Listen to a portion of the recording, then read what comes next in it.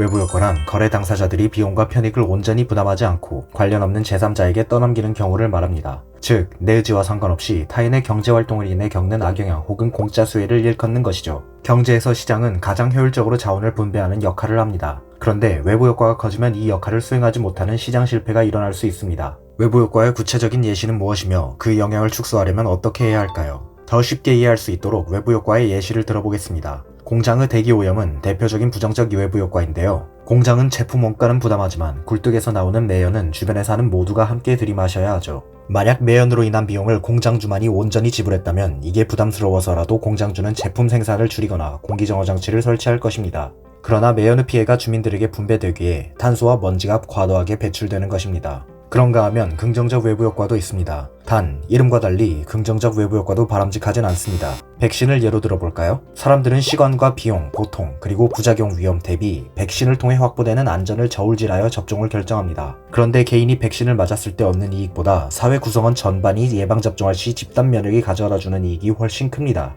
만약 집단 면역의 이익이 개인에게 명확히 돌아간다면 사람들은 더 적극적으로 백신을 맞겠지만 이 효익을 모두와 나누어야 하기에 예방접종에 소극적이게 되죠. 따라서 백신이 사회의 필요에 비해 과소 소비되는 것입니다. 이처럼 외부 효과로 인해 사회에 꼭 필요한 자원이 적게 공급되거나 혹은 다수에게 피해를 끼치는 행동이 반복되는 것을 막으려면 어떻게 해야 할까요? 이에 대해 경제학자 아서 피구는 외부 효과를 내재화할 필요가 있다고 말합니다. 이 말인즉 외부 효과를 일으킨 사람이 제3자에게 전가한 피해 혹은 이익을 고스란히 돌려줘야 한다는 말입니다. 이를 위해 정부는 외부 효과 발생자에게 세금을 매기거나 처벌할 수도 있고 혜택을 주거나 보조금을 지급하기도 합니다.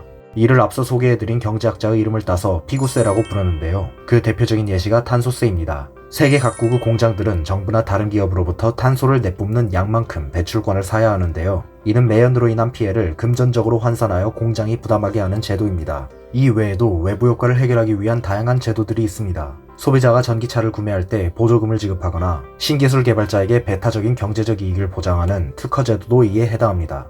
각각 전기차로의 전환을 가속화하거나 기술 혁신을 촉진하는 효과가 있죠. 그러나 이런 정부 시장 개입이 언제나 해결책인 것만은 아닙니다. 경제 주체의 행동을 바람직하게 바꾸려면 피구세는 얼마를 매겨야 할까요? 피구세로 상쇄해야 할 외부 효과의 규모는 어떻게 측정할 수 있을까요? 이러한 문제가 여전히 남아있음에도 세계 각국의 정부들은 외부 효과를 극복하기 위해 다양한 제도를 실험하고 있습니다.